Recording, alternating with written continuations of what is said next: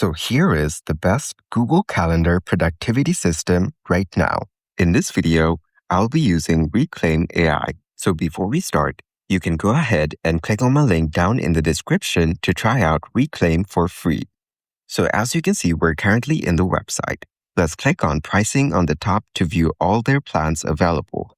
They offer Light, Starter, Business, and Enterprise. You can also switch between monthly and yearly plans. So you can check out their features and choose whichever plan you prefer. Now, let's go ahead and click on Login on the top. You can also book a demo or click on Get Started. But if you don't have an account, just click on my link in the description. So after login, I will select Continue with Google from here.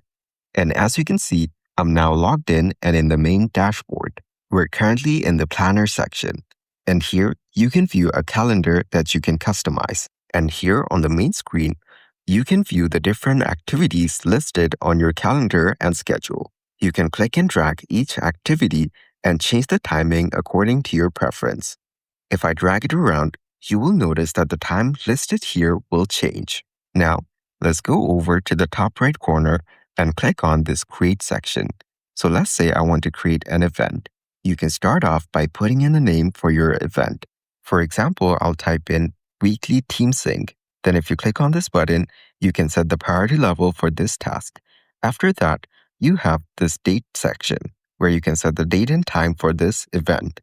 Then, on the Repeat option, you can choose from any of these options or click on Custom to set it according to your preference. Here, you can set when to repeat it on and also when it ends. So here, you can set Never or on this date or after this time. Once done, click on Done. Then, we have this Attendees section. This is where you can add the emails of attendees that you're expecting. And here on the Calendar section, you can choose which calendar to connect. So you can also add a new calendar if you want.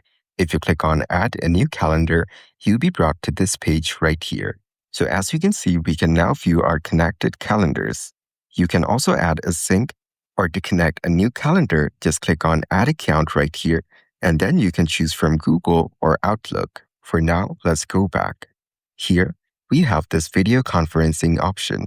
You can choose between Google Meet or Zoom. Then, you can add a location, conference room, and description. Once done, just click on Create Event, and it will be added onto the calendar just like this. So as you can see, we now have the event added on the calendar. Now, let's go over to Create once again. From here, let's say I want to create a task. If you click on it, you can start off by putting in a name. After that, same way, set a priority level. After that, set a start date and due date. Once done, you can set the duration of your task. You can use the up and down buttons to adjust the time according to your preference. You can also add notes for your task. Once done, just click on Create. But unlike events, it will not be visible here on the Planner calendar. You can go over to the Task section on the right panel, and over here, you can view all your tasks listed. You can also use the search bar over here to search for different tasks and use the filter options. You can see different sections like Now, At Risk, and the option to connect your first integration. Then, we can see this Reclaim Task section.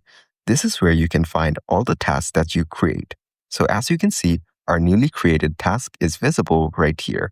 You can also adjust its priority settings from here. And if you mark it as done by clicking on this button, it will be marked as done. You can also start the task just like this, and the timer will start right away. So now, let's go back and click on Create again. Now let's say I want to create a habit. You can select Habit under Agents, and here on the left side, you can see other activities like buffers, focus, smart meetings, and more. Let's say I want to add a buffer for airport travel time.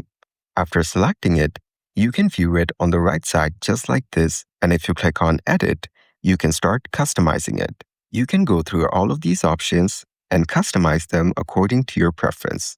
You can also set when to get reminded for this activity, then click on Update, and it will be updated. To apply it, just click on Review and Apply Changes on the bottom and select Apply Changes to confirm, and it will be added onto your calendar. And if you go over to All Agents, you can see the priority levels and the different tasks listed under each priority level. You can also drag them around to make changes or change their positions. Now, let's go over to Create again and select Smart Meeting from here. So this is where you can create a link for a smart meeting. This feature will optimize all your recurring meetings and schedule them based on your calendar times. And that's it. This is the best Google Calendar productivity system right now.